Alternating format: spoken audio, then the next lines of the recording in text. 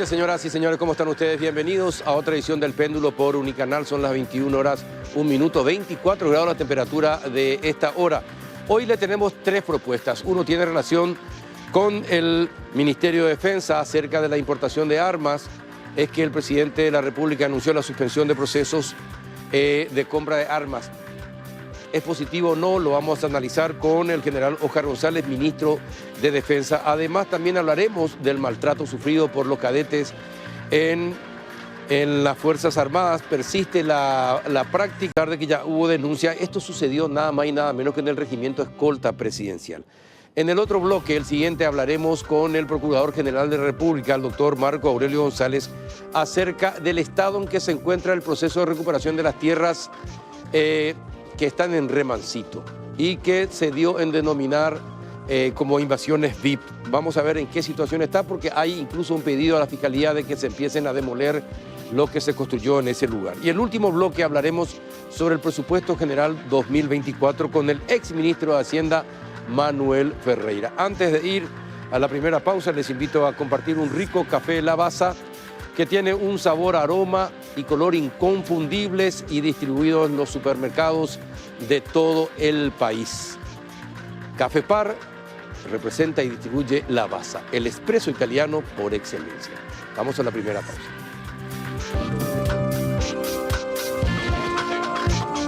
Y ya estamos en compañía del general retirado Óscar González, actual ministro de Defensa. Ministro, buenas noches, gracias por venir. Buenas noches, señor Carlos, gracias por la invitación. Bueno, usted como llegó puntualmente y vio que presentamos en el noticiero lo que ocurrió en los videos del lamentable suceso en el Regimiento Escolta Presidencial. ¿Qué pasa así por la cabeza de algunos militares? Realmente no es lo que nosotros les enseñamos a ellos. Y yo soy, en la calificación del hecho, soy más drástico que vos, don Carlos. No es lamentable, es indignante. Es una cuestión inadmisible, y estamos tomando las medidas, las más duras van a ser tomadas por los jueces. Si empezamos, ya dimos una señal. Yo me enteré del video el sábado a esta hora más o menos. Ya empecé a hablar con los comandantes, con el presidente de la Corte Suprema de Justicia Militar, que tomen cartas en el asunto, que actúen con mucho rigor. Y bueno, el domingo a las 2 de la tarde, ya como parte de la intervención de la justicia militar, los dos subtenientes estaban presos en Viñascue. ¿Y qué explicación dieron? ¿Por qué hacían con eso? ¿Qué pensaban que iban a conseguir con eso, con ese tipo de castigos? Es que yo no les pregunté luego sobre qué explicaban ellos, porque eso no tiene explicación. No tiene. No tiene explicación. No se le tiene luego que preguntar, porque es como legitimar eso, ¿verdad? Realmente, te digo con toda sinceridad, yo estoy muy molesto con esta situación. Y he dado instrucciones a los comandantes que controlen, que no permitan ningún hecho de violencia, porque está mal, nos desprestigia muchísimo todo el esfuerzo que estamos haciendo por tener unas Fuerzas Armadas entrenadas en primer lugar para cumplir la misión constitucional. Hoy estuvimos, por ejemplo, en la Escuela de Infantería, en un entrenamiento de las Fuerzas Especiales, muy bien montado, muy bien ejecutado.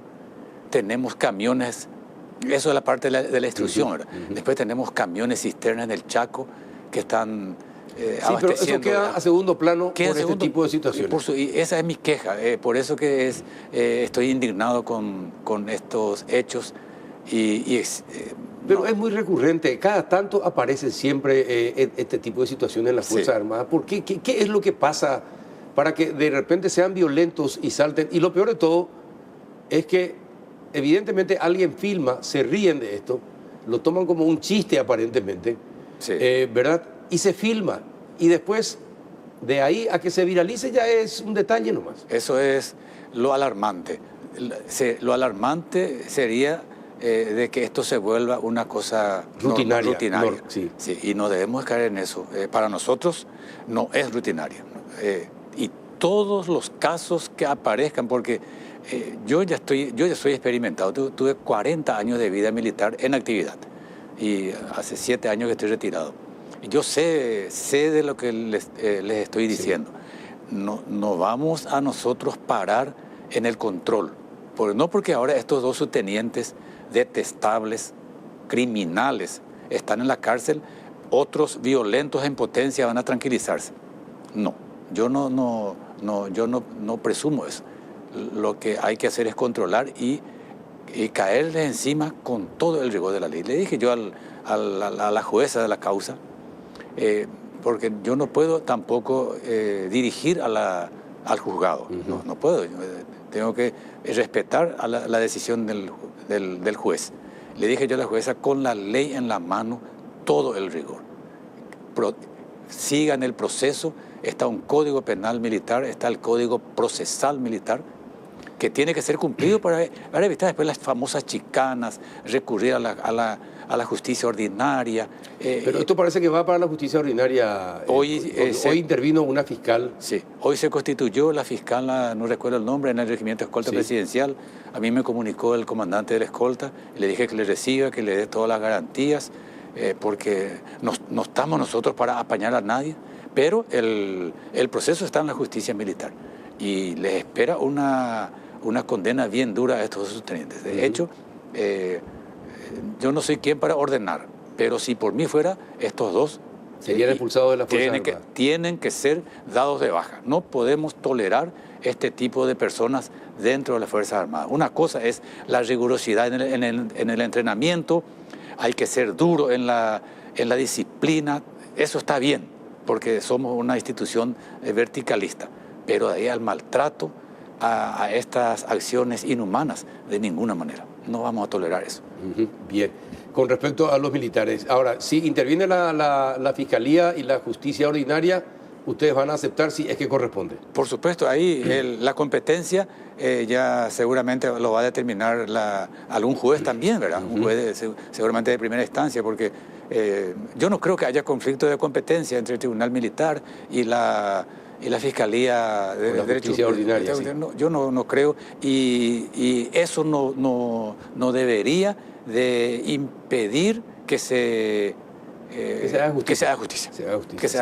Efectivamente. Y por otra parte, explíquenos por qué, porque me imagino que el presidente, para tomar la determinación, habrá consultado con las Fuerzas Armadas acerca de suspender los procesos de compra de armas. Sí. En general, usted me había expresado por radio que en general es para todo, incluso para las Fuerzas Armadas. Claro. ¿Y por qué se toma?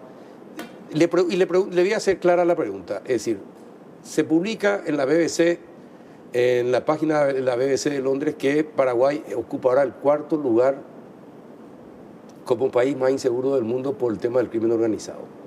Después, en 3 años, sí, saltamos del lugar número 16 o 20, saltamos al puesto número 4.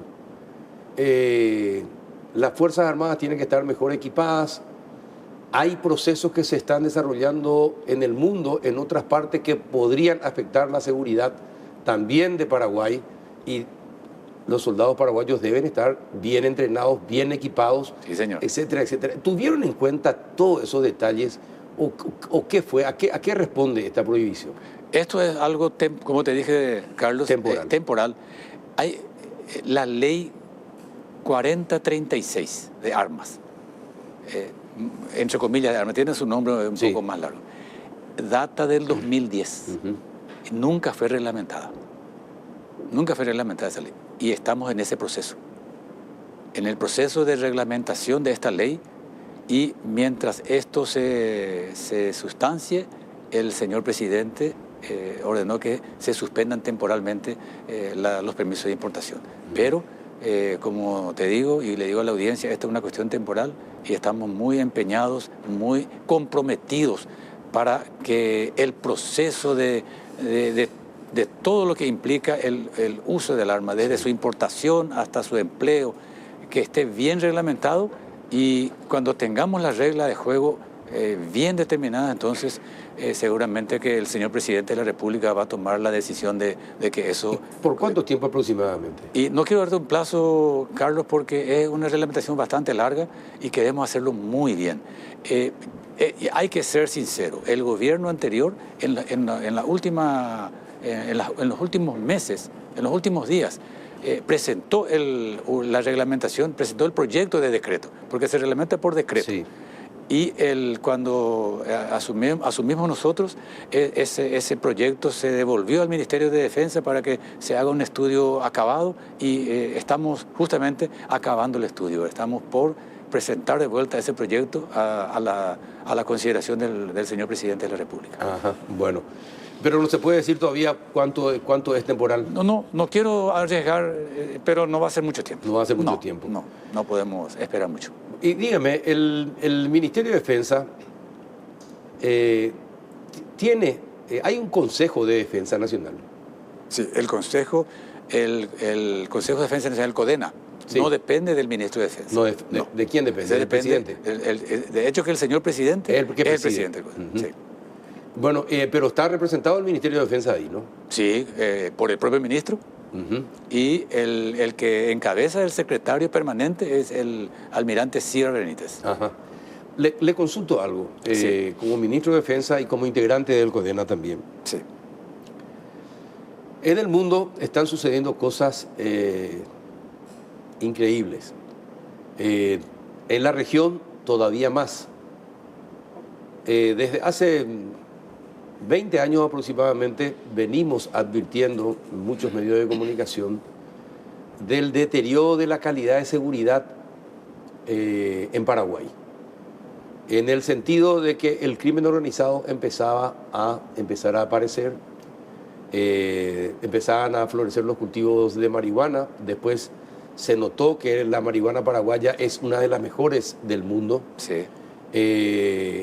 Entonces empezó a hacer negocio y no se hizo nada durante ese tiempo. Y uno dice, si hay un sistema de defensa que sería como un departamento de Estado, ¿verdad?, en otros países, ¿cómo es que no se anotó, no se puso atención, no se puso un asterisco para decir, cuidado, esto está ocurriendo y esto va a llegar a ocurrir? ¿Qué pasa? Porque yo me imagino que hay agregados militares en todas las embajadas. Sí, no en todas. No en todas. No en todas. Pero debería. Los agregados militares le envían información al ministro de Defensa, al presidente de la República, al CODENA o a quien sea, de cuáles, por ejemplo, son los conflictos que están teniendo los países que pueden afectar su seguridad y la de los ciudadanos y que puede extenderse y llegar a nuestro país, de tal manera para que CODENA o otro organismo que se cree pueda elaborar planes de acción para que, llegado el momento, podamos enfrentar las situaciones. Sí, señor. Hablaste del asterisco, don Carlos. Sí. Nosotros le pusimos el asterisco. Pero no es tan fácil. Hablaste de crimen organizado. Sí. Muy bien. Las Fuerzas Armadas tienen los elementos, el armamento y el entrenamiento para efectuar operaciones. Pero chocamos con la cuestión legal. Nosotros estamos viendo eso justamente en el CODENA. Sí. Es una preocupación. Ayer yo estuve hablando casualmente, o sea que sí, con el almirante Sierra Benítez del CODENA. Nosotros estamos en el mismo edificio y permanentemente estamos hablando. Él depende del presidente de la República, yo también, pero mantenemos una relación muy cordial. Es un señor oficial calificadísimo y es la preocupación nuestra de encontrar un punto medio entre lo que nosotros podemos hacer, Fuerzas Armadas, digo nosotros, Fuerzas Armadas, y lo que la ley y sobre todo la Constitución nos permite. La ley 1337, la modificación de la Ley de Defensa y Seguridad, permite que las Fuerzas Armadas enfrenten al terrorismo. Sí. Con ese ropaje, entre comillas, es que se creó el CODI, la Fuerza de Tarea Conjunta. Bueno, como crímenes anexos, delitos conexos al terrorismo, pueden ser tomados los crímenes de narcotráfico Sí. y otros. Claro, lavado de dinero, Lavado porque, sí, claro, todo. Entonces, pero hay que ver si esa interpretación extensiva permite la utilización de las Fuerzas Armadas para enfrentar ese tipo de crímenes. Estamos estudiando, como te dije, don Carlos, es una preocupación. Hay que poner el punto intermedio. Somos conscientes, como responsables del manejo de las Fuerzas Armadas, de que no podemos nosotros tener elementos de combate y no utilizarlos. claro, pero general, hay algo que es incomprensible. El radar es una cuestión básica de seguridad. Sí, señor. Del espacio aéreo, Sí. ¿verdad? Hace 25 años que pregunto en todos los presupuestos que se elaboran desde hace 25 años si hay plata para comprar los radares. Nunca hay. ¿Cómo es posible que en 25 años no nos hayamos dado cuenta de que es una cuestión básica nomás de defensa nacional tener un radar? Hasta ahora no tenemos. Sí, señor. En ese punto también tengo yo una respuesta concreta. La decisión del señor presidente es adquirir los radares. Ahora, ¿Cuándo? ahora estamos ya nosotros haciendo las primeras reuniones. Mira, don Carlos, que esto no es, voy a comprar un radar. No es fácil. Para empezar, son tecnologías muy costosas, sí. avanzadas y muy costosas. Y tenemos que tener mucho cuidado porque hay gente que viene y ofrece cualquier tecnología pintándolo mejor. Tenemos que tener mucho cuidado porque nosotros vamos a ser responsables del presupuesto que se utilice para ese efecto. Pero la decisión del señor presidente es comprar los radares y vamos a radarizar el país. Bueno, pero sabe que, general, ojalá que sea rápido, porque el costo que representa para el país, en imagen país, el costo que representa en el cada vez mayor consumo de drogas en Paraguay y lo que eso genera en la sociedad, supera pero miles de veces más que el costo del radar. Don Carlos, la cuestión del radar, de los radares, es una inversión, no es un gasto. Sí, claro, por eso. Claramente, nosotros tenemos un buen sistema de radar, vamos a tener, como dijiste, un prestigio y van a venir empresas a invertir acá. Que empresas seguramente que pueden ser afectadas por la inseguridad de nuestro espacio aéreo, cuando tengamos radar van a venir a invertir. Es una inversión. Categóricamente es una inversión. Bueno, ojalá que cuanto más rápido mejor Sí, se tome la decisión de comprar el radar, pero no es lo necesario, es urgente, es vital contar con eso. Es una cosa que nosotros, de lo que nosotros somos conscientes. Ajá. Y otro tema general, ustedes están analizando lo que ocurre en la región en lo político, que nos va a afectar de alguna manera. Fíjese, teniendo en cuenta esto que ocurre entre Israel y Hamás y el conflicto, los países están tomando posicionamientos. Hay críticas hacia Israel desde Argentina, México, Colombia, Chile, Bolivia. Bolivia tomó la decisión de romper relaciones con Israel. Ayer se comunicó eso. Sí, señor. Se tomó la... Bolivia firmó un tratado con Irán. Sí.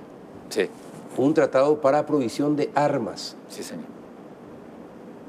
Entonces, eso está siendo analizado por el Consejo de Defensa. Sí, señor. Pero yo no quiero emitir un solo concepto sobre eso porque yo tengo que ubicarme en mi papel. Estas preguntas, don Carlos, son mínimo para el canciller o para el propio señor presidente de la República. Yo sí, estamos estudiando eso, yo tengo conocimiento, pero no voy a emitir ningún concepto. Perfecto, pero sí. Se está teniendo... Sí, señor. Porque es... A ver, lo más suave que me suena, ¿verdad? Sí. Para no ser tan alarmista, es preocupante. Claro que sí. Es preocupante Claro. que nuestros vecinos adquieran armas de guerra de Irán, ¿verdad? Cuando justamente estalla el conflicto Hamás-Israel, e Irán es una parte importante de todo el entrenamiento de la gente de Hamás. Sí, señor. Entonces, por eso le digo, general, no le voy a... Claro. no le voy a obligar a que usted me responda algo que... Pero se está analizando, eso es lo importante. Se está analizando y estamos cada uno haciendo lo que nos corresponde, ¿verdad? Cuando yo te hablé, don Carlos, recién de que esta mañana tuvimos un entrenamiento muy fuerte, es justamente eso, tenemos que estar preparados nosotros. En la Armada, la semana pasada también se hizo un entrenamiento, estamos esperando ahora de la Fuerza Aérea, después vamos a hacer todo uno en conjunto. La Constitución en ese sentido nos ampara. Sí. Tenemos que prepararnos para defendernos. Para la legítima defensa. Exacto. O sea, que prepararnos para eso, nosotros no somos belicistas, no somos alarmistas, nada, pero estamos cumpliendo con nuestra responsabilidad. Y en general, las embajadas deben ser fuente permanente de datos para el Ministerio de Defensa y para el país, para todos los ministerios. Sí. En lo que a seguridad se refiere al Ministerio de Defensa, me imagino, y a la Policía Nacional. Pero parece que no entendimos que la inteligencia es vital para nuestra supervivencia, porque somos un país mediterráneo, al lado de dos lobos, un oso y un lobo, Brasil y Argentina. Está Bolivia, con quien tuvimos hace menos de 100 años tuvimos un conflicto bélico. Entonces, todas esas cosas hay que seguir sopesándolas por la seguridad de todo. Colaboran las embajadas brindando inteligencia o haciendo ese, entre comillas, ese papel de espionaje que tienen que hacer nomás luego las embajadas, entre comillas, por eso espionaje. ¿Colaboran y reciben ustedes datos e informaciones que puedan servirnos? No puedo contestarte eso. Ahora sí, puedo decirte que yo estuve de agregado militar en Bolivia. Ajá. Sé que las embajadas son muy importantes para el comercio, para otros aspectos, para la cultura inclusive. Pero de la parte de la defensa yo no quiero emitir un solo concepto porque no corresponde. Tenemos que ser muy respetuosos de los países en donde tenemos nuestros agregados militares. Ajá. No, pero todos los países, no crean que solamente Paraguay va a hacer espionaje. Todos los agregados militares y los embajadores hacen espionaje en las embajadas. Sí, señor. Es verdad, bueno, pero no con mala intención de perjudicar a otro país, pero sí para que estemos atentos al desenvolvimiento del mundo y hacia dónde el mundo se está dirigiendo, y para que no nos pille de sorpresa. Sí, yo como parte de esta conversación, don Carlos, quiero decirte que las Fuerzas Armadas del Paraguay, no se crea que porque tenemos poco equipamiento precario, armamento... viejos, por no decir obsoletos. Tenemos armamentos nuevos también. No por eso estamos dormidos, estamos desactivados. No, la verdad que yo, de hecho que no me fui luego del todo mentalmente, ¿verdad? Pero ahora que estoy nuevamente compartiendo muy de cerca con los oficiales y con el personal militar, me doy cuenta que estamos bien. El personal militar está bien entrenado, está acompañando toda la realidad nacional y bueno, en ese sentido yo estoy no tranquilo, pero estoy convencido de que estamos bien y que ojalá que tengamos mejor respaldo presupuestario para que podamos cumplir mejor nuestra misión. Y general, ¿y cómo analizan ustedes dentro del CODENA y del Ministerio de Defensa la invasión del PCC y del Comando de Ormeño en Paraguay? Porque se produce una invasión. Cada vez hay más gente, hay más adherentes del PCC y del Comando de Ormeño en Paraguay. ¿Cómo analizan ustedes y de qué manera eso puede afectar la seguridad paraguaya? Más que analizar, se están tomando algunas decisiones que tampoco voy a publicar, ¿verdad? Porque menos todavía me corresponde eso, ¿verdad? Pero lo que puedo decirte es que es un tema de análisis del CODENA.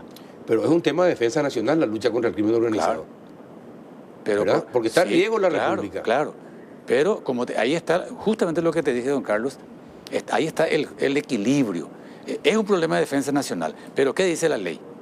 Que solamente podemos enfrentar al terrorismo, ¿verdad? O sea que tenemos que hacer algunos ajustes, inclusive legales, con el tiempo o bien rápido, ¿verdad? Para que realmente podamos, con tranquilidad, entre comillas, emplear los elementos de la Fuerza ¿Y hay Armada. algún grupo que está trabajando en la elaboración de Sí, una norma que modifique esas leyes? Es una tarea del CODENA. Y yo sé que el señor Cíbar Benítez, el señor almirante Cíbar Benítez, está trabajando en eso, por supuesto, con la ayuda de todos nosotros. Ajá. ¿Él es independiente al Ministerio de Defensa? Sí, independiente. ¿Es independiente? Claro. Ah, no, porque si no le iba a pedir que usted le ordene para que venga al péndulo el próximo miércoles. No. Yo puedo pedirle en tu nombre. Pero sería todo un tema poder dialogar también con él, claro, para ahondar más detalles. Sí.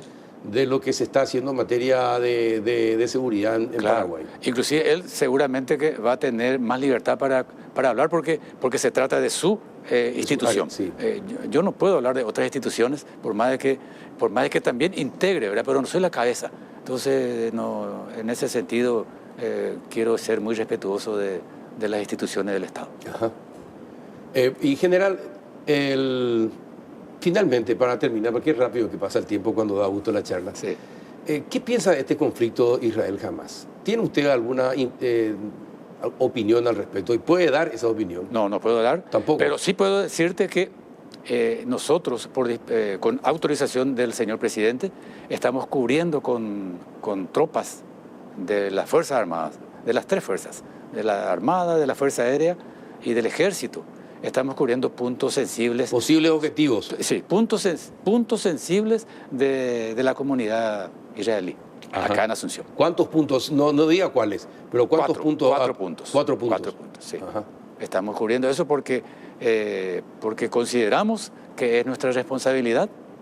Yo le pedí permiso al señor presidente, él me autorizó y desde que se produjo el inicio de las hostilidades, estamos cubriendo. Claro, porque usted... En coordinación con la Policía Nacional. Claro. En coordinación con la Policía Nacional. Usted sabe que desde el este del país se aporta para el Hezbollah, que es un partido político, por ejemplo, ¿verdad? Sí. Que tiene su rama terrorista, pero se aporta desde Ciudad del Este, se envía. Entonces, por ese motivo hay una atención especial, claro, entonces, en 4 puntos. Sí, señor. Perfecto. Porque la verdad es que tenemos que estar siempre muy atentos, sí, en cuanto a la inteligencia.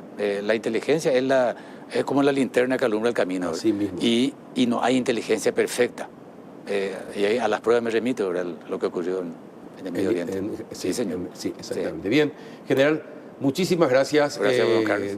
Que haya venido, que haya llegado temprano, es un gusto, sí, porque tranquiliza al entrevistador, ya está limitado con tiempo. No, y vamos a seguir charlando, porque charlar sobre seguridad es uno de los objetivos de este programa. Sí, y es que, don Carlos, la defensa no se dice de balde eso, es responsabilidad de todos. De todos. Claro, y tanto de ustedes como de nosotros. Por ejemplo, el problema del agua en el Chaco es un problema de defensa. Sí. Entonces nosotros estamos apoyando eso con lo poco o lo mucho que tenemos. Insista con el agua, ¿eh? Con el agua ya hay ganaderos que tienen agua. Sí. Insista porque hay, y a lo mejor insistiendo le van a dar. No, es que los ganaderos tienen la mejor buena voluntad, solamente que no compensa nomás el traslado, por eso nomás. Pero bueno, yo te agradezco mucho, don Carlos, el nexo que me hiciste con este señor, y hablé yo con él, pero ojalá que no necesitemos más adelante, pero llegado el momento vamos a recurrir a este señor. Perfecto, muy bien. Gracias, general, por haber venido. Gracias, don Carlos. El general Óscar González, ministro de Defensa. A la vuelta, a la pausa, hablaremos sobre algo que le interesa también al Ministerio de Defensa. Las invasiones Remancito, con el Procurador General de la República, el doctor Marco Aurelio González. Ya volvemos. Muy bien, seguimos en el péndulo y ya estamos en compañía del doctor Marco Aurelio González, Procurador General de la República. Buenas noches, doctor, ¿cómo anda? Buenas noches, don Carlos. ¿Todo bien? Todo bien, gracias a Dios. ¿Cómo está el tema de Remancito? El tema de Remancito, ayer hemos entablado una demanda contra los que todavía no entregaron la ocupación. ¿Cuántos son? En total son 21 personas que están ocupando aproximadamente 11 inmuebles, 11 parcelas. Ajá. ¿Y por qué se resisten? No sabemos. ¿Y cuántos judicializaron ya el tema? De esos 21, ¿hay alguno que judicializó ya o no? No, nosotros somos los que estamos judicializando y ellos son los que tienen que contestar la demanda ahora cuando reciban la notificación que estimo va a ser en el transcurso de esta semana. ¿Usted pidió a la Fiscalía que se empiecen a demoler también las obras construidas en esos espacios? Al juzgado civil que fue sorteado, nosotros le pedimos que reconozcan la propiedad del Ministerio de Defensa, que ordene el desalojo de esas personas que están ocupando irregularmente, que esas personas a su costa demuelan o derriben todo lo construido, lo edificado y retiren del lugar, y nos reservamos el derecho a solicitar la indemnización si es que con el derrumbe se ocasiona algún daño a la tierra, al inmueble del Ministerio de Defensa Nacional. Eso al juzgado civil y al Ministerio Público, a la Fiscalía, lo que fuimos a llevarle la documentación que nosotros hemos recibido de los que todavía no entregaron la posesión, clasificada por ocupación, por finca. Entonces, para que al Ministerio Público le sea más fácil identificar la situación de una persona y todos sus antecedentes, porque en el ámbito penal la responsabilidad es personal de cada una de las personas. Ajá. Bueno, ¿y quién les entregó a esas 21 personas? ¿Quién les entregó las 11 parcelas? Hay diferentes situaciones. Hay gente que dice que solicitó al INDER y el INDER nunca le respondió. Es decir, hay gente que no tiene nada. Nada, es decir, ocupó nomás. Exactamente. Y empezaron a construir sin nada. Sin nada. Eso es el colmo ya en la caradurez. Totalmente, y se creen con derechos. Y sí, y se creen con derechos. Después hay gente que compró derecheras del INDER. O sea, que ellos creían que compraban derecheras, porque el famoso certificado del INDER te dice, te da un certificado de ocupación que es temporal y que solamente registra quién está allí, y para que el Estado, el INDER, pueda saber si reúne las condiciones establecidas para determinar que va a ser beneficiaria para la reforma agraria y en su caso darle una solución. Pero no le otorga ningún derecho a la ocupación. Entonces hay gente que tiene ese certificado de ocupación o que compró los derechos de las personas que estaban ocupando. Hay un certificado de ocupación que emite el INDER. Sí. Que le autoriza al doctor González Carlos Peralta ir a ocupar un espacio. No. Cuando vos estás ocupando en alguna situación irregular algún inmueble y sos beneficiario de la reforma agraria y no tenés casa, entonces lo que hace el INDER es visitarte. Che, Carlos, ¿qué haces acá? Tomo nota de tus datos para ver si es que reunir los requisitos para ser beneficiario de la reforma agraria, te introduzco en uno de mis programas y te doy alguna alternativa de titulación, allí o en otro lugar. Ajá. Pero es derecho de ocupación.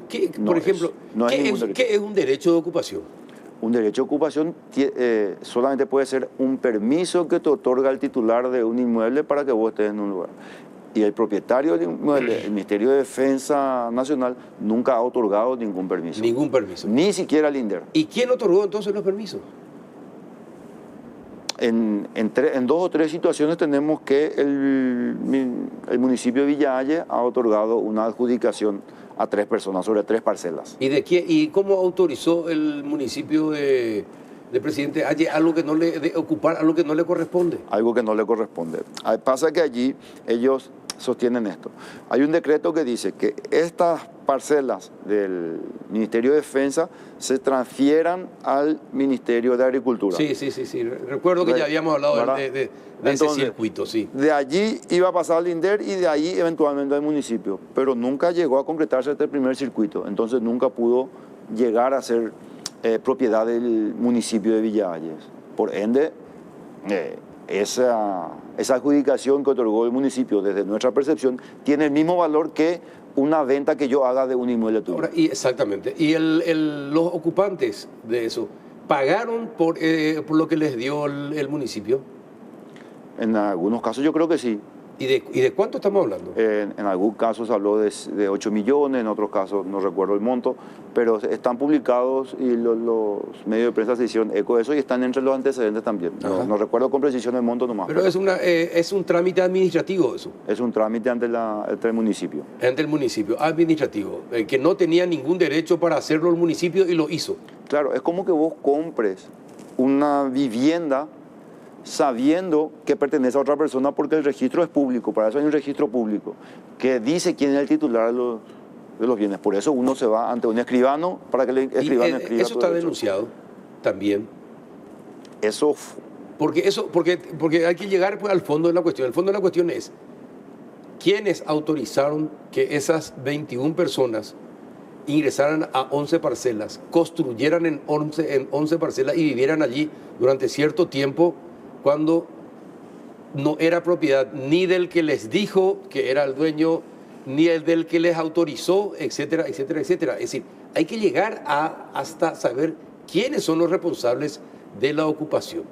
Sí. Y cuánto recibieron por ese negocio, porque algo habrán recibido por ese negocio. Así mismo. Y ahí también hay otras situaciones, ¿verdad? Y hay que ver de quién recibió. Hay diferentes situaciones, te decía. Hay, por ejemplo, un tal Pedro Duarte que fue adjudicado por el INDER, igual que las personas que fueron adjudicadas por el municipio. Y esa adjudicación fue anulada ya en el 2006. Y hay gente que compró los derechos que tenía ese señor. Algo que ya está... algo que no tiene ningún valor jurídico.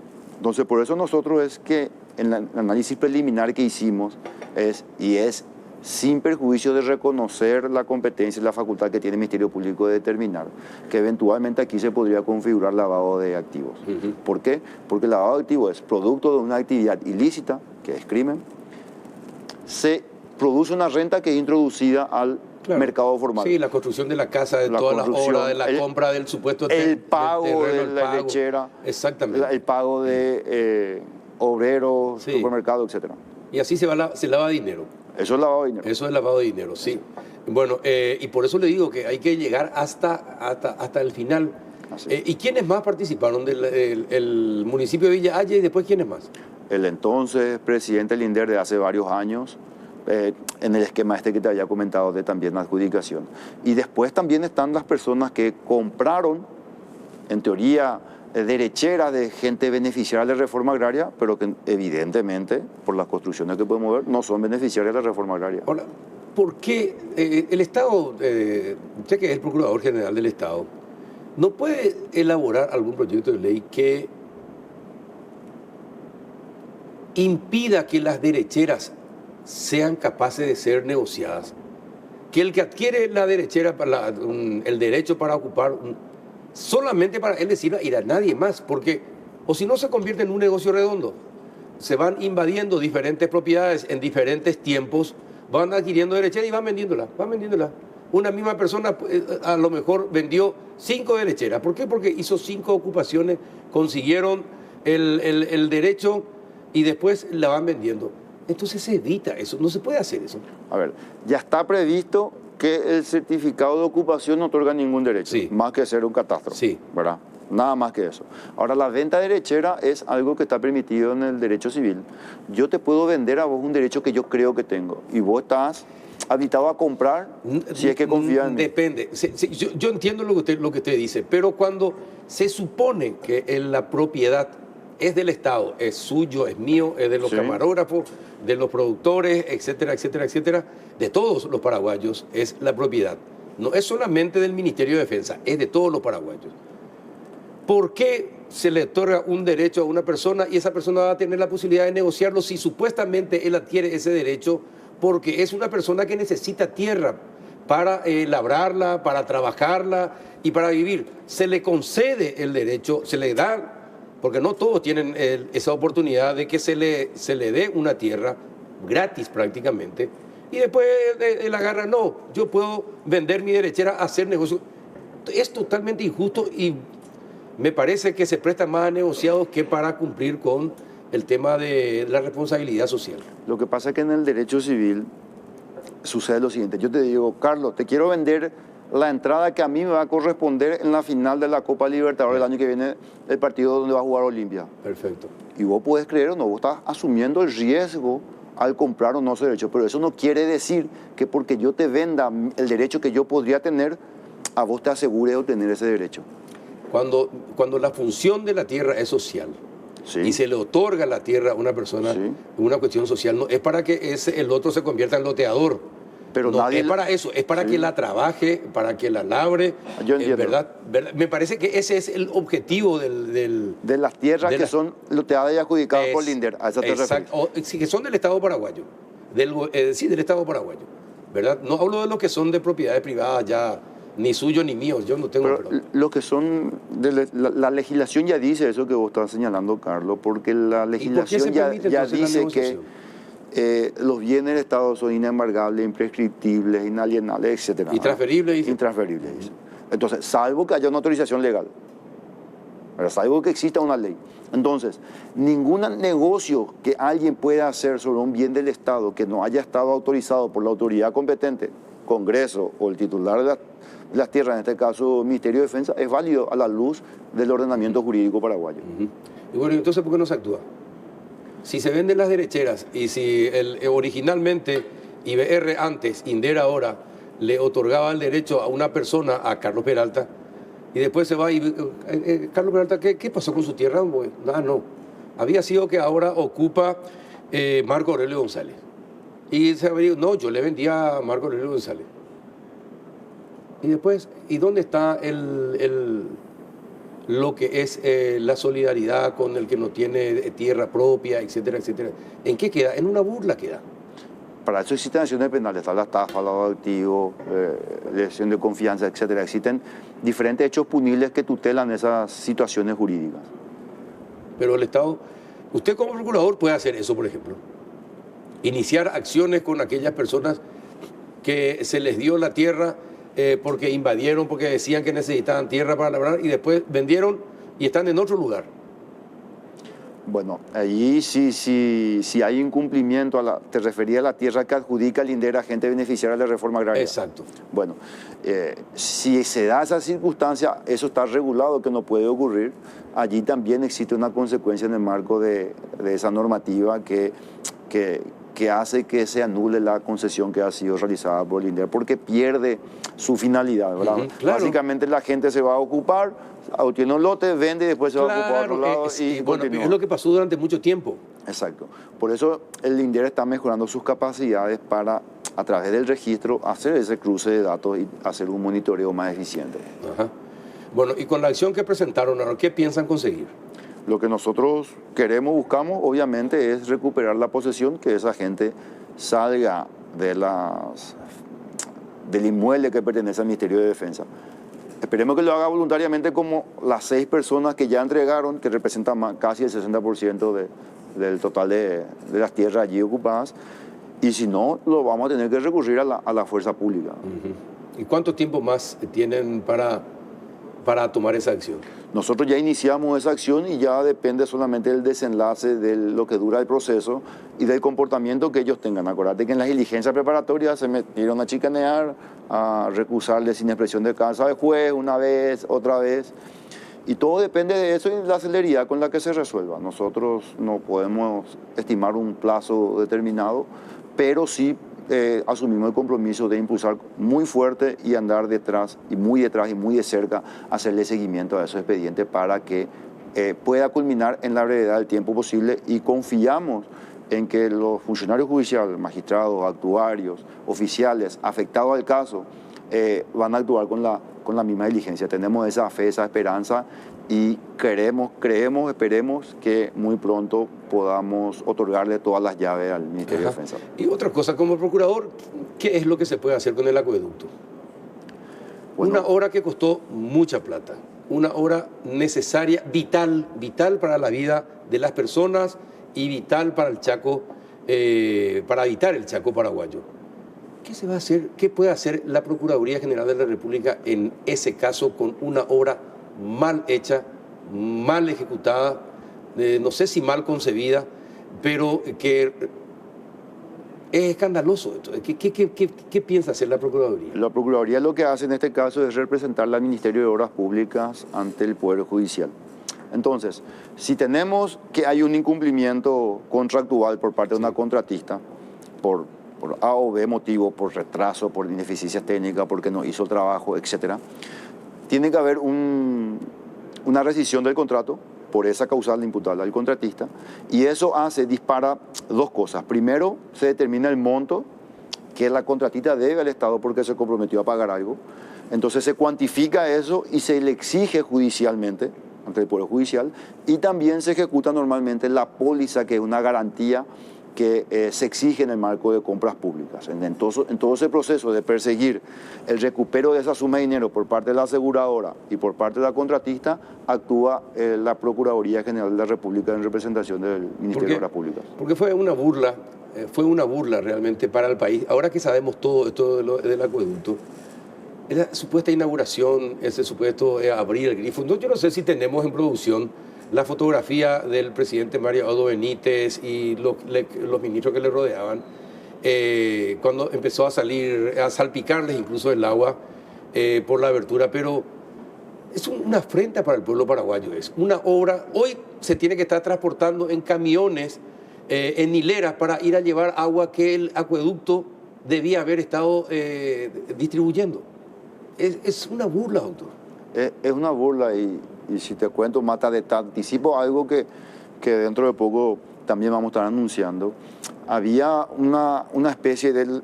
La gente cuestionaba judicialmente las decisiones del Ministerio de Obras Públicas, de esas rescisiones, las multas. Sí. Y después de 6, 8 años de litigio, bueno, perdimos, te queremos pagar MOPC. Y se le cobraba capital sin intereses. Sin intereses. Sin intereses. Después de 8 o 10 años de no hacer las obras. Una vergüenza. Ahí está la fotografía. Este es el momento, ¿verdad? Esto es una burla.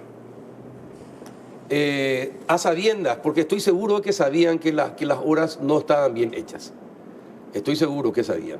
Y sin embargo, esto se hizo y apareció en todos los medios de comunicación como una salvación al Chaco y a mucha gente.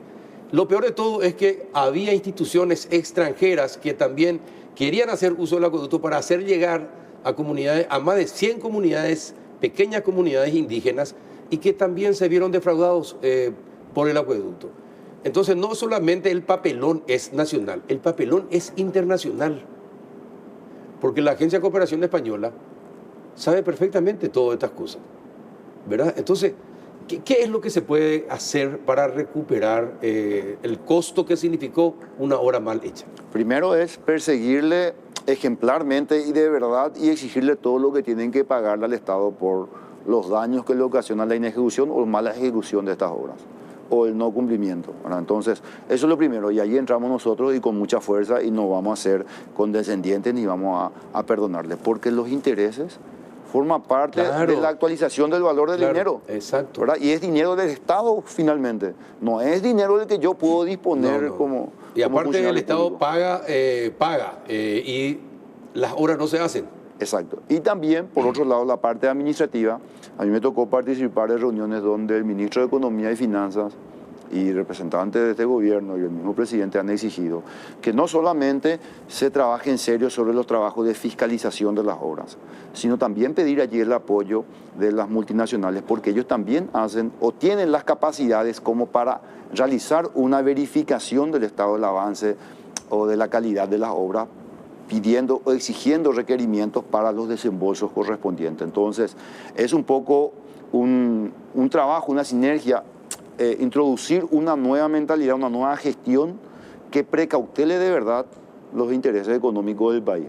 ¿Y cuándo se iniciarían esas acciones de recuperación de esos montos más los intereses que estaba comentando? Nosotros estamos en ese proceso y nosotros en los primeros días y hasta hoy día, cuando vienen a plantearnos, queremos arreglar con el Estado, queremos hacer un acuerdo, ¿y en qué consiste el acuerdo? Y ya ganó una quita de intereses. O sea, tenían todos los incentivos del mundo para litigar, porque litigan y básicamente ahorran su dinero y te pagan 8 años después sin retornar el valor del dinero. Bueno, y eso va a ser con todas las obras públicas y con todas las compras irregulares. Con todas. ¿Con todas? Con todas. ¿Vas a tener mucho trabajo en 5 años? Y esperemos que no, porque... No, al contrario, esperemos que sí, así recuperar todo lo que se llevaron en los últimos años. Ojalá que tengas mucho trabajo y puedas recuperar mucha de la plata que se robaron. Nuestra intención, ¿cuál es? Que dar señales claras para que esta gente sepa cuánto cuesta litigar contra el Estado. Y que el Estado no le va a perdonar y no va a negociar con ellos. Y dígame, ¿el gobierno puede incluir, no sé, en una cláusula de sanción, si es que son sancionadas, porque entonces va a haber litigios judiciales, que les prohíba contratar con el Estado los próximos 20 años por lo menos? Porque o si no cambian de nombre, forman otras empresas y siguen haciendo lo mismo. Eso ya no me quiero meter nomás en el ámbito de Agustín Encina, que es el director nacional de contrataciones públicas, pero ellos tienen algo diseñado, incluso en el proceso de reglamentación de la ley, y estrategias anticorrupción también en ese plan, ¿verdad? Pero eso bien se puede diseñar, pero también está acotado por un marco jurídico donde no se puede ir más allá de las sanciones que la misma ley determina. Ajá.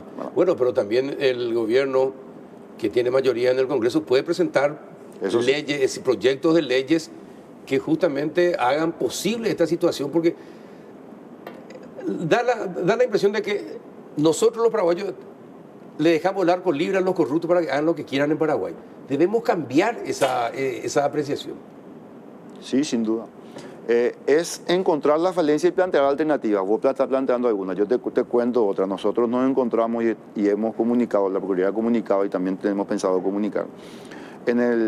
Cuando piden la indemnización del Estado por ser víctima o hijo de víctima de la dictadura, tenemos que de 100 casos, en 80 presentan el mismo médico el que da el certificado, el mismo psicólogo el que hace el informe. ¿Y cuánta probabilidad hay de que...? ¿Y van a hacer alguna denuncia sobre eso? Nosotros estamos rechazando todo con los dictámenes negativos que son vinculantes. ¿Y quiénes son? ¿Se puede saber quiénes son los médicos y los psicólogos los que aparecen firmando todo eso? Estamos haciendo esa recopilación, estamos haciendo unos cuadros para mencionar en cuáles casos y comunicar al Ministerio de Salud y al Ministerio, a la Defensoría Pública, para que ellos tomen conocimiento del caso. Ajá. No, porque sería interesante, sí. Si hay gente que se presta a hacer hechos de corrupción, que se sepa quiénes son. Definitivamente. Para nosotros por lo menos es llamativo, ¿verdad? No queremos ser responsables de denunciar, pero por eso vamos a comunicar a las autoridades correspondientes para que ellos tomen nota. Doctor, ¿y la Procuraduría también qué puede hacer respecto de las obras viales mal realizadas, mal hechas, y que a los 3, 4 meses, a los 2, 3 meses, como en algunas ciudades, localidades, ya tienen rajaduras, tienen pozos, etcétera, etcétera, etcétera, etcétera, etcétera? ¿Qué puede hacer para evitar eso? Hacer cumplir la ley, exigir las responsabilidades de esas empresas que han prestado el servicio de manera ineficiente, ¿no? Sí, pero no pueden seguir prestando. Lo que quiero llegar nomás es que nunca llegamos al fondo de la cuestión, que es, vamos a castigarle, bueno, ya no le damos más contratos, suspendemos los contratos. Y estas personas estén y creen la empresa que creen, no van a tener contrato con el Estado por lo menos durante tantos años, porque de lo contrario, con que 1 o 2 sanciones reciban y se les prohíba a las empresas y a los dueños de las empresas, van a aprender, doctor, por lo menos van a cuidarse más, no van a ser tan desfachatados como son actualmente. Sí, sin duda, así es, esas son las reglas del mercado y el Estado debe prever estos mecanismos. Te cuento una experiencia que va en ese sentido. Cuando una empresa proveedora de billetes no cumplió con el Banco Central dijo, yo te voy a reclamar. Ah, bueno, reclamame. Pero a ellos no le asustaba la demanda judicial. ¿Sabe qué les hizo venir a pagar enseguida?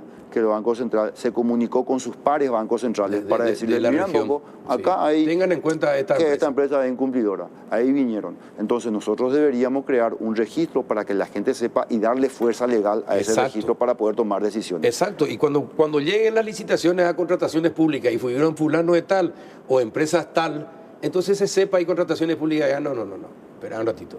Estos son normalmente incumplidores, no participan. Exacto. ¿Verdad? Y va a tener motivos. Así mismo. Es crear los incentivos para que las empresas cumplan con el Estado y que no. Y meterle en la pata, doctor, y que eso aparezca rápido. Me comprometo a hablar con el Director Nacional de Contrataciones Públicas, pero yo sé que él está trabajando en este tipo de sinergias y propuestas. Y decirle también que no tenga miedo de que venga al péndulo también. Le voy a comentar. Que no, en serio, porque mire que al doctor Encina le llamamos muchas veces y no atienden. ¿Sí? Les rompemos, sí, el oído toda la mañana de temprano y no da pelota. No, a mí tampoco a veces me atiende, pero después entiendo por qué, porque está en reuniones y con algunas otras obligaciones. Bueno. Pero es una gran persona y un excelente profesor. No, totalmente de acuerdo, totalmente de acuerdo. Te deseamos éxito, doctor. Muchas gracias, Carlos. No, vos sabés que vos estás en condiciones de hacer la diferencia, trabajar para hacer la diferencia y hacer cosas que nunca hicieron. hacer bien las cosas, eso nomás. Hacer bien y proponer algo para que podamos contribuir. Exactamente. Esa es nuestra misión y en eso estamos. Perfecto, gracias por venir, doctor. Gracias a vos por la invitación. Bueno, y a la vuelta de la pausa hablaremos con el ex ministro de Hacienda, Manuel Ferreira, quien ya está viendo el péndulo porque está en su casa. Vamos a entrar por vía Zoom con el ex ministro de Hacienda, así que a la vuelta de la pausa estamos con él. Y ya entramos en la última parte del péndulo y ya saludamos a Manuel Ferreira, ex ministro de Hacienda, economista. Está en su casa, no quiso venir hoy al canal porque ya a las 22 para él ya es muy tarde, entonces decidió hacer por Zoom. ¿Qué tal, Manuel? ¿Cómo estás? Buenas noches. ¿Qué tal, Carlos? ¿Cómo estás? Bien. Gracias por estar con nosotros, aunque sea así, vía Zoom, porque es muy importante hablar con un ex ministro de Hacienda sobre Hacienda. Bueno, hay versiones que hablan de que el gobierno pretendería que el Congreso apruebe a libro cerrado el presupuesto general de gasto de la Nación. Me imagino que eso ha de ser el sueño de todos los ministros de Economía, que se tomen así de decisiones, pero ¿es lo mejor para el país el presupuesto general de gasto de la Nación que el Congreso lo aprueba como a libro cerrado? Bueno, es muy cómodo que te aprueben a libro cerrado porque es básicamente el presupuesto que vos planteaste el que se está aprobando, ¿no? De hecho, existe un derecho constitucional o una obligación constitucional del Parlamento de discutir el presupuesto.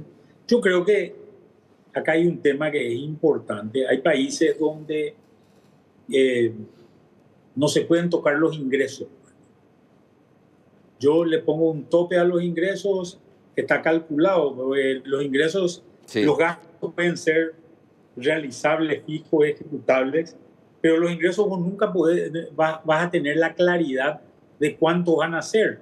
Eso puede ir cambiando, se puede venir algún problema y ese número puede bajar, o puede venir algún elemento positivo que haga subir ese número. Por tanto, en muchos lugares el techo lo pone el ingreso y no se puede cambiar ese techo desde el legislativo. Y lo que sí puede hacer el legislativo por debajo de ese techo, ir cambiando o ir reasignando los diferentes valores que hay. O sea, hay muchas formas de medir esto, pero yo creo que de hecho los presupuestos es importante discutirlo de alguna manera. Es importante también que se vayan consolidando las posiciones, que se vayan entendiendo los porqués en muchos casos, sin que eso sí signifique un abuso, que muchas veces también ha significado un abuso y ha hecho que nosotros le asignemos muchas rigideces a nuestro presupuesto y esas rigideces terminen por afectarnos porque no podemos utilizar el dinero para otras cosas. Claro, el temor del gobierno es que como ellos no elaboraron desde el inicio el presupuesto, después en el Congreso, Santiago Peña fue ministro de Hacienda, sabe perfectamente, vos también lo sabés perfectamente porque fuiste ministro de Hacienda, que en el Congreso ese presupuesto que enviaste se infla considerablemente, porque cada uno de los parlamentarios tiene algo en el que le piden o el gobernador o los intendentes o los directores de entes o los ministros le van pidiendo para que peleen por un agregado más al presupuesto que el Ejecutivo ya había enviado.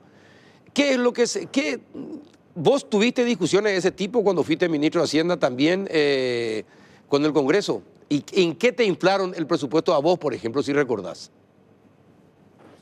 No, por supuesto que tenés ese tipo de discusiones. Yo recuerdo que cuando yo fui ministro se había subido los salarios 38% sí. Del sector público en el presupuesto para el año 2012. Esta fue una discusión del año 2011. Y la gran discusión durante el momento que yo estaba ahí era tratar de evitar una nueva suba salarial. Yo recuerdo que fui a hablar era un año electoral, el año 2013 hubieron elecciones y ese año tuve que discutir y hablar con todos los candidatos a presidente que estaban y que tenían sus grupos. Estaba cuando eso de Efraín Alegre, Horacio Cartes, Lino César Oviedo. Con todos ellos me reuní con todos los partidos para tratar de decir, y básicamente el argumento era, alguno de ustedes va a ser presidente, si usted quiere ser presidente tiene que tener algo que sea manejable. Y un incremento de salarios del 38% en un mal año económico, donde había caído la recaudación, no es una buena medida. Y peor medida sería volver a subir el gasto en salario al año siguiente. Y tengo que decir que gracias a Dios tuve éxito porque ese año fue el primer año electoral donde no se subieron los salarios de los funcionarios públicos, y eso permitió tener un presupuesto medianamente equilibrado. Después de eso, nosotros redactamos la ley de responsabilidad fiscal, que le dimos media sanción en el mandato presidencial donde yo fui ministro, y posteriormente el siguiente presidente, que fue Horacio Cartes, le dio la segunda sanción a esa ley sin cambiar ninguna coma, y es la ley que hasta hoy sigue vigente, y creo que es una ley que ha generado mucho bien al país, porque ha frenado una serie de gastos en los cuales se estaban excediendo. ¿Y en qué gastos? Bueno, te iba a preguntar después los gastos, pero en resumen, los aumentos al funcionario público, los aumentos al legislativo y al ejecutivo, ¿son aumentos políticos? Sí, claro que en general son aumentos políticos, ¿verdad? Obviamente hay que distinguir una persona de salario mínimo de una persona de ingresos elevados. Totalmente. Y también hay que distinguir, creo yo, el cargo de ministro del cargo de un cargo de legislativo, ¿verdad? Los cargos legislativos, si bien son electos, tienen mucha libertad para poder ejercer el cargo y pueden dedicarle relativamente poco tiempo a eso si es que quieren. Yo creo que en promedio, más o menos, un parlamentario le debe dedicar unas 10 horas semanales al trabajo de parlamentario. Obviamente hay gente que le dedica mucho más que esto y hay gente que le dedica también menos, que es lo que termina sacando un promedio de esa índole. Incluso se han cambiado los días de reunión ahora. Anteriormente había reuniones los jueves, ahora hay reuniones los miércoles, y esto hace que mucha gente tenga mucho más días libres, ¿verdad? Exacto. En general, a pesar de que el argumento siempre ha sido tenemos que ir a hablar con nuestras bases al interior y por eso necesitamos más tiempo, ¿verdad? El cargo de ministro es un cargo mucho más que consume mucho más tiempo, y yo creo que tenemos un problema en los cargos de ministerio, que muchas veces los salarios están extremadamente lejos de lo que son los salarios que se ofrecen en el sector privado. Cierto. Lo cual hace que mucha gente no quiera acceder a ese tipo de puestos, ¿verdad? Gente muy capaz que podría estar, pero que vive de su salario y no puede ganar mucho menos de lo que gana. Y acá hay una situación, esto se nota mucho porque te darás cuenta de que muchos funcionarios van rotando en distintos cargos. Sí. Si miramos los últimos 10, 15 o 20 años, vamos a ver que hay gente que fue funcionario en distintas carteras, en distintos lugares, en repetidas ocasiones, porque es difícil conseguir gente nueva que entre al sector público, porque de repente los salarios que ofrecen, si bien siempre un salario público, como en cualquier parte del mundo, va a ser menor que un salario del sector privado, de repente están demasiado lejos uno de los otros y hace que la gente no se pueda quedar en ese tiempo. En mi caso en particular, yo estuve en un cargo porque duraba poco, ¿verdad? Y sabía que iba a durar poco, ¿verdad? Entonces, eso me permitió seguramente entrar por un tiempo limitado a la función pública.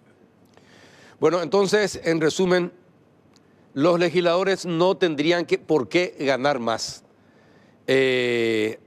Ahora, ¿cómo se mide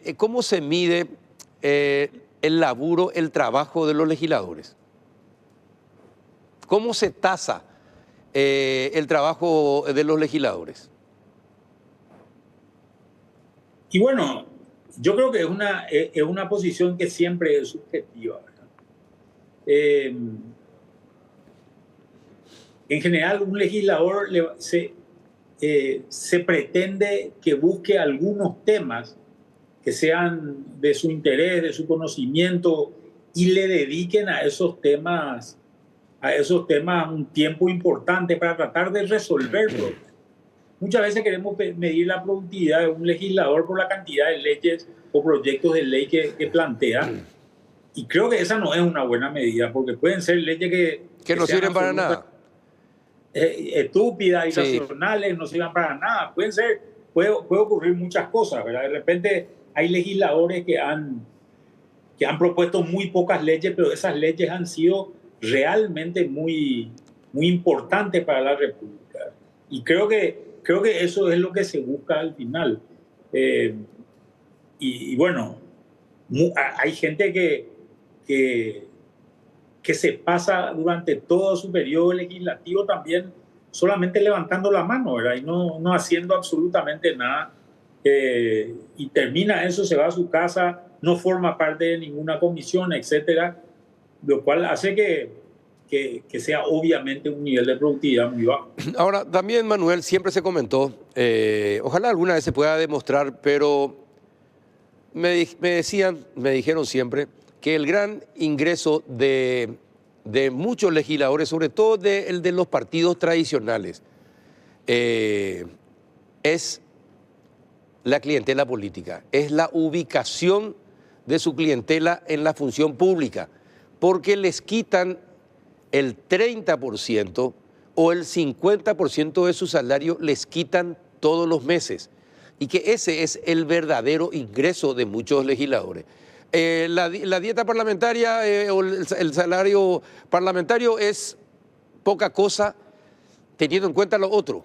Y hablaban incluso de gente que tenía amigos colocados en binacionales o en entes importantes, a quienes todos los meses 10 millones de guaraníes le sacaban, que era el 30% de lo que cobraban en ministerios o en binacionales. Y bueno, entonces uno dice, la pucha, ahora yo entiendo por qué muchos se callan, simplemente levantan la mano, y por qué quieren ser legisladores. Ese es ¿Cómo se puede hacer para evitar que eso ocurra y que tanta plata mal utilizada del dinero público vaya a esos clientes? Y bueno, esa es un gran debate y una gran discusión. Creo que cuando miramos los números agregados, los números sumados que ha tenido el Paraguay en los últimos 20 años, hemos visto un crecimiento de los funcionarios públicos que ha sido tremendo, ¿verdad? Realmente muy importante, y ese crecimiento muy importante se debe seguramente a cuestiones como esta, que ya también las hemos visto, ¿verdad? Varias veces sí. Se pudo identificar gente con nombre y apellido que hacía este tipo de prácticas. Hay lugares dentro de la función pública que han sido históricamente lugares donde había cupos para los distintos parlamentarios que podían poner eso ahí, ¿verdad? Creo que es difícil ir cambiando ese tipo de cosas, pero uno de los temas claves es tener un sistema de ingreso a la función pública que sea meritocrático, que de alguna manera obligue a la gente a pasar por un sedazo y pasar por una prueba. Yo recuerdo que a mí me llamaba mucha gente cuando yo estaba en el ministerio a pedir que fulano entre a tal lugar, mengano a tal lugar. Yo le decía siempre, no hay ningún problema, senador, diputado, mandame nomás el nombre, mandame el currículum y le vamos a meter a concursar, ¿verdad? Y si pasa, pasa, ¿verdad? Y creo que ese tiene que ser siempre el sedazo que se utiliza. A mí me preocupa más bien cuando este tipo de instancias, donde existe un sistema bastante estricto, rígido, riguroso de análisis de una persona que quiere entrar, como sucedió, por ejemplo, en el caso de Itaipú, se cambian y se empiezan a dudar sobre estos sistemas de admisión que son los que impiden que este tipo de cosas ocurran, ¿verdad? Entonces, que el funcionario que está en función ejecutiva pueda recibir todos los currículums que le envíen, pero esa gente tenga que concursar y tenga que pasar por ese sedazo, pero tenemos que cuidar esas instancias, ¿verdad? Porque si esas instancias no las cuidamos, ahí es donde hay un peligro muy serio de que las cosas se deterioren. Sí, definitivamente. Bueno, y el presupuesto que se está elaborando, de acuerdo a lo que tenés conocimiento, y sé que tenés mucho conocimiento, ¿qué te parece? ¿Cómo está el presupuesto? Bueno, mira, el presupuesto paraguayo tiene defectos de base, ¿verdad? Que son las rigideces que tiene el propio presupuesto. ¿Cuáles son esas rigideces? Una, la más importante de todas, es esta que estábamos hablando recién, que es, tenemos gente que gana un cierto salario, a la cual le tenemos que pagar un cierto salario determinado y que no le podemos bajar porque tiene derechos adquiridos. Eso genera un volumen muy importante de gente y de recursos que se destina a eso. Entonces, una vez que pagaste salarios y los gastos vinculados al salario, ya tenés un espacio relativamente limitado. Después tenés otro volumen grande de pagos que se hace, son los intereses que se pagan por la deuda. Estos valores andan más o menos, a ver, un poquitito atrás, me voy a ir un poquitito atrás para que se entienda mejor. El presupuesto tiene dos partes. La parte de lo que es el Estado central, sí, donde están los ministerios, están los tres poderes del Estado, etc. Y lo que es el Estado descentralizado, donde están sobre todo gobernaciones, empresas públicas, etc. Este Estado central son más o menos 9.000 millones de dólares en valores totales. Fíjate que nuestra recaudación oscila más o menos alrededor de 4.800 millones de dólares como valores generales. Después tenemos otros ingresos que provienen de binacionales, etcétera, etcétera. Y siempre hay un valor que queda pendiente, que es el valor que es lo que se necesita para cubrir el presupuesto, que es lo que se llama el déficit. Nosotros gastamos un valor bastante grande en términos de gasto de personal, y hay otro número que también es importante, como te decía, que son los intereses de la deuda. Estos intereses de la deuda, a medida que fue subiendo la deuda, en general no hay tanto problema con el capital, porque la ley permite que el capital se pueda pagar con nuevo capital. O sea, yo contrato otro crédito y pago los 100 millones que debía, los pago con los 100 millones nuevos que tengo. Pero lo que no se puede pagar con nuevo capital son los intereses de la deuda. Y esos intereses hoy suman más o menos 500 millones de dólares.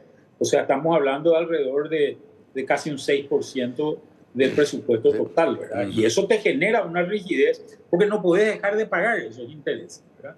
Tenés que pagar medio primero, ¿verdad? Otro problema serio que tiene nuestro presupuesto es la caja fiscal. La caja fiscal es la caja jubilatoria de los funcionarios públicos, donde la plata que aportan es menor que la plata que se le paga a los jubilados. Y esto hace que falte plata. ¿Y por qué sucede esto? Y bueno, lo que pasa es que hay tres grupos que son grupos que, deficitarios. Que son grupos deficitarios, que son básicamente maestros, policías y militares, que tienen ciertas particularidades. La primera, los maestros se jubilan muy temprano. Hay maestros de 42 años. 42 años, sí, así mismo. Y el caso de los militares, cuando pasa al retiro, por ejemplo, se le nombra a un comandante de la policía que es menos antiguo que los que están ocupando distintos cargos, todos los que son más antiguos pasan al retiro. Así mismo. Y a esa gente se le paga una jubilación que es igual al salario del que está activo, ¿verdad? Entonces, un comisario principal es un comisario que va a ganar exactamente lo mismo si estando jubilado o estando activo, ¿verdad? A pesar de que no aportó por ese número, ¿verdad? Cosa que nunca ocurre. Entonces, esto hace que lo que pagan los activos sea menos que lo que se le paga a los jubilados. Entonces, el fondo que se generó es un fondo que cada vez se achica más. Ahora se estima que solamente durante 2 años más va a haber fondos remanentes, y después va a haber que ir completando esos fondos con impuestos, ¿verdad? Básicamente que vienen de otro lado. Este es otro problema importantísimo que tenemos que discutirlo y que tenemos que enfrentarlo como país, ¿verdad? ¿Y por qué se tarda tanto? Manuel, esto ya vos lo reiteraste muchas veces, otros lo dicen también. ¿Por qué no se empieza a discutir y ya se empieza a ver una solución, a mirar una solución a lo que se viene? 2 años, 24 meses es menos que un soplo en la vida del ser humano. Y sí, bueno, esto es algo que hay que preguntarle al gobierno, ¿verdad? Hay que preguntarle al gobierno cómo se va dando esta situación y por qué no se toman las medidas correspondientes con relación a esto, por qué no hay una propuesta de solución. Pero a mí me preocupa que no haya ni siquiera una discusión Exacto. sobre este tema en este momento, cuando es un tema clave. Si vos mirás un componente muy importante, alrededor de $200 millones del déficit que hoy se está generando, proviene básicamente de esto. Eso es 0,5% del Producto Interno Bruto. Es un número importante, es un número que va subiendo día a día, es un número que lo tenemos que atacar. Y después queda dentro del presupuesto qué es lo que vas a hacer con inversiones, ¿verdad? Las inversiones al final, en general, son las que llegan a la gente, ¿verdad? Las que hacen que de alguna manera la gente esté un poco mejor, ¿verdad? Una ruta, un puente, un hospital, una escuela, son las cosas que van mejorando. Y eso históricamente en Paraguay, en los últimos años sobre todo, se ha pagado con deuda. Nosotros hemos crecido en nuestro gasto de inversión y eso es positivo. Estamos en valores del orden de $1.000 millones más o menos que gastamos por año, pero hemos financiado esto, Carlos, básicamente con deuda. Y estamos llegando a un límite, no porque la deuda sea grande, sino por esto que te decía, que le genera rigidez al presupuesto. De los intereses. Entonces, creo que tenemos que buscar otros mecanismos. Hoy, por ejemplo, este tema de las APP es un tema que se ha discutido mucho. Tenemos una sola obra hecha con APP, que es la Ruta 2 y 7, y creo que tendríamos que tratar de buscar otras alternativas con eso. Pero lo importante es buscar que se invierta en obra pública, para que el sector privado invierta en obra pública. Ahora, y después está todo lo que es gasto social, ¿verdad? Pero Manuel, perdón que te interrumpa, pero hay también una cuestión en el tema de las inversiones públicas. El sobrecosto que tienen las obras públicas. Y en realidad, ¿hacemos obras públicas de calidad y con el precio justo o estamos perdiendo como en la guerra, pagando por obras muy caras que no duran mucho tiempo? Bueno, yo no te puedo hablar claramente de eso porque no soy un especialista en eso.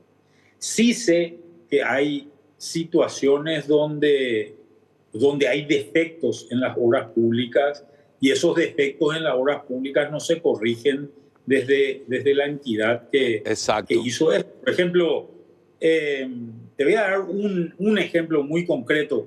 Hay zonas donde vos te vas en el auto y ves que el auto te hace así. Porque hay un coeficiente que se llama coeficiente de alisamiento, que no está, la ruta no está bien alisada. No está bien alisada, sí. Y cuando vino el fiscal a decirle tenés que alisar bien, le dieron seguramente unos mangos al fiscal y no hicieron el trabajo, ¿verdad? Porque era más caro hacer el trabajo que coimearle al fiscal, ¿verdad? Este es el tipo de cosas que nos pasa en algunos lugares, en algunos sectores, y que son las cosas donde tenemos que empezar a seguramente pensar en esquemas distintos. Por ejemplo, fíjate que el Ministerio de Obras Públicas, que es uno de los grandes ministerios gastadores en el país, es un ministerio que no es constructor. No es constructor, sí.